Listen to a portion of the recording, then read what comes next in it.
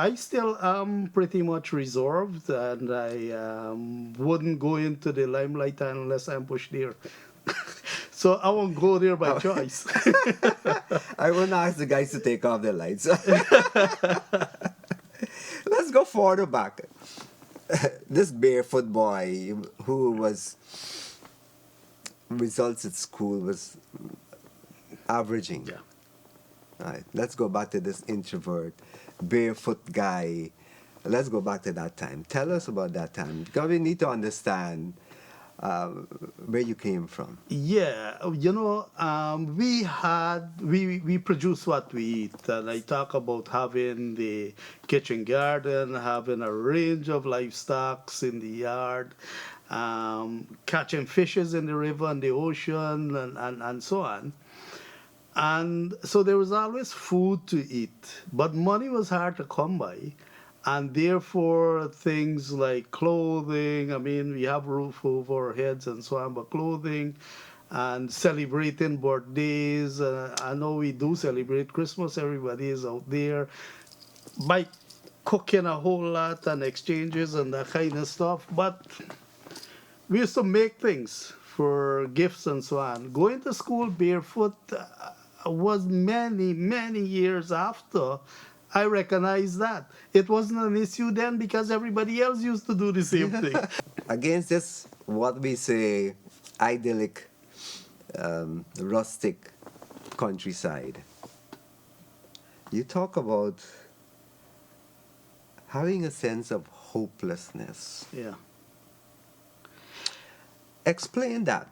Okay. And your move to elevate yourself and you move away from that society.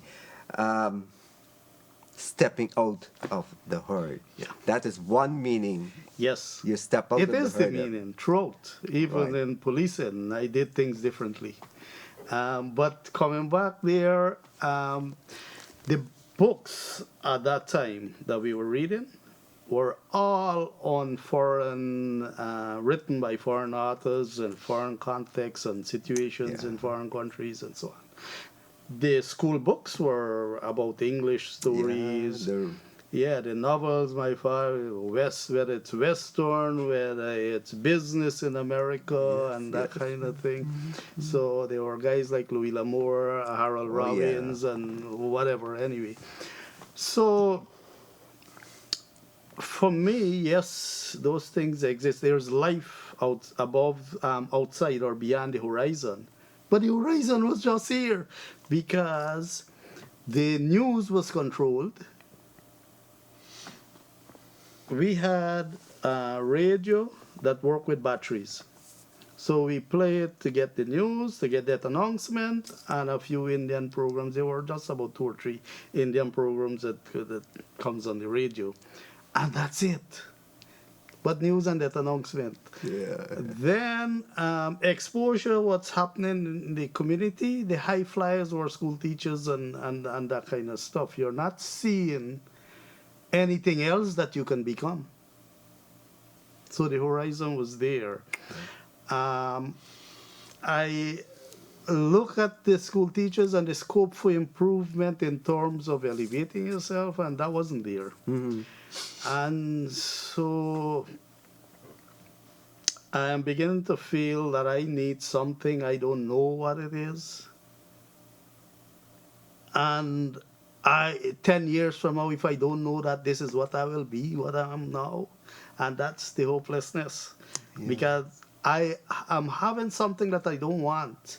I don't know what I want, and therefore I don't know how to get there. So the first step was to get out of that environment. I looked for organizations. We didn't have relatives in Georgetown or anywhere else. I know that exposure in Georgetown may help me more to define or decide what I want to do. But how do you sustain yourself? So you look for organizations that are total, provide food, Yeah. clothes, shelter, Yeah. everything. And I came to the army. I had a brother, Peter Zal, was manager. He had recently gone there, of J.P. Santos. He worked from school. He worked with that company in Essequibo and then came out. So I stopped by him, and then he said, listen, if you need the exposure, the army sometimes confine you only see each other for months in border locations and Yeah, yeah, whatever. yeah. So try the The police police force. force. Right. What a revelation. I can imagine perhaps you sitting in a rice field or at a cocoa and thinking, what would I be 10 years from now? Right. What a revelation. Yep. Hmm. But we're thankful because we have you, we have a book which we can hold on to. Now, we talk about your reading, but then I picked up something else also. You had a sense of community spirit while you were growing up. Yep. You were preventing things like bullying. You were helping elderly people and things like that. Um, where did this spring from? Or it's just natural I think it's the dynamics of the of the society? community Yeah. that I grew up. So I'll tell you what, I'm addressing this issue of violence in Guyana. And violence, if you read the theories, they will tell you that youths are the carriers of violence, both as perpetrators and victims. That's true because they're more active, they're in the society, even though those studies weren't done in Guyana, that situation exists.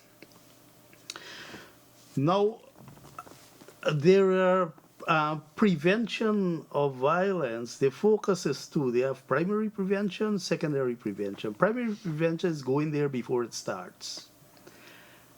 And how do you do that? How do you get youths to resist violence?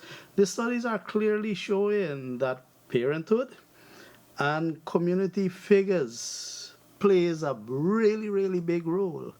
And that's why, from a government, from a policy perspective, it cannot be done centrally. You have to go down to community level.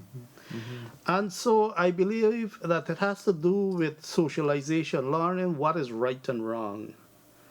So you get disciplined for bullying your smaller siblings, for, that kind of, and you learn that, In yeah, the that home, is yeah. not right. Hmm. And then I guess every kid wants to be a superhero in his own sense, growing up. It's one of the first things that come to you, that you want to save the world, you want to, do all these things. But it's the creativeness in the minds of very young kids at tender ages. So you get an opportunity to do that by saving someone else from bullying. Running errands is a thing. I guess it came from my mother. Always be helpful to people. Yeah. So she goes out of her way. I talked about bringing the vegetables from miles away, and then she go over the fence and give it away to our neighbors. But yeah, she was like that, and I guess again socialization. It comes from there. So it's very important period in the life of a child. And I don't think Yeah. that we are paying sufficient attention to that.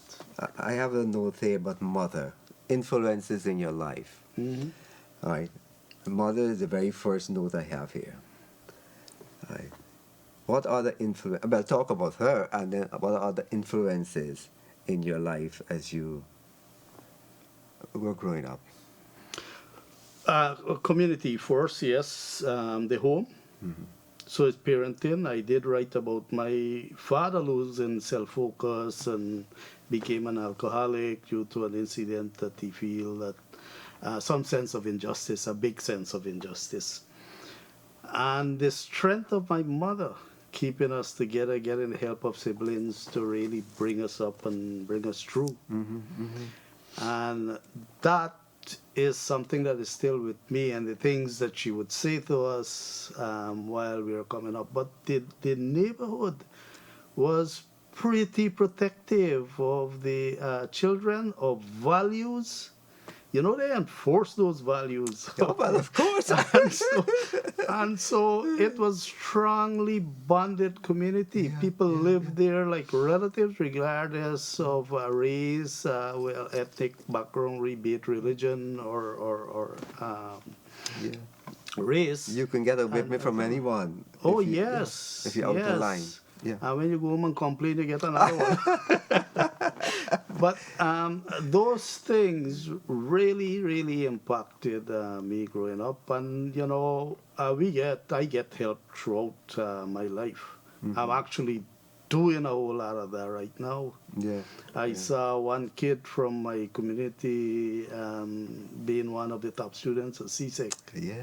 Yeah. So I'm trying to reach out to him now. But when school reopened after COVID, I worked with a group there to get the gaps in the book list, textbook lists, and what the government provided. Hmm. And we To got all those supply, books. I get a couple of businessmen, two businessmen actually, to supply to right. yes, to pay for it. And then I took them up and give it to them to Wow. distribute. Wow. But While I'm talking about your mother, your reading, influences in life, your community spirit, your revelation about wanting to do something, want to make something of yourself, is because I see that most of these things helped you in your policing life. yeah. And some of those things, uh, the relationship between the public and the community, um, they're all here. They've helped you in your life.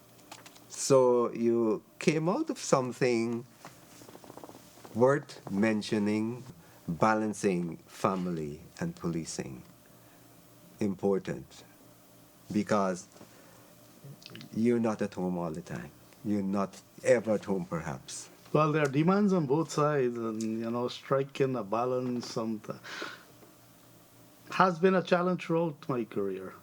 I have two kids. I wasn't home when they were born. I was on duty, both one time in training in Tacoma, the other time I was in Canada.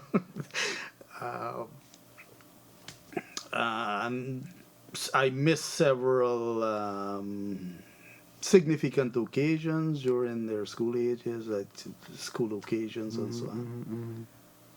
But we do engage, and later on, as I get more control, as you go into the higher appointments, you have more Yeah, control over your yes, life. yes, yes, Then you yes. spend more time there with them and so Hmm. on. Hmm. But you talk about control. Yeah, well, one of the, I try to develop technical competencies Uh-huh. because I apply those to the work that I do, but Yeah. also in public life in particular. And everybody need to develop emotional competencies. They need to this issue about learn to deal with fear, learn to deal with anger, learn to worry. What you worry about and what you don't. Why worry about something that you can't fix? When did you learn this? No, throughout Throughout- my career, step by Because step, stress step by is, step. yeah. Yeah, dealing with stress and so on. And one of the things, the exposure that I have had in law enforcement to international training and so on, a lot of these things come out, how to take care of yourself to deliver on these services. And so dealing with stress and those kind of stuff. So bit by bit, was able to do that. So I used to tell everybody working with me two things. One, don't worry about nothing that you have no control over. It makes no sense. You will stress yourself out only. The other thing is, if you encounter a problem, work-related problem, it becomes your boss problem, bounce it up. I'm up there. Yeah, yeah. Easy. You have to simply make life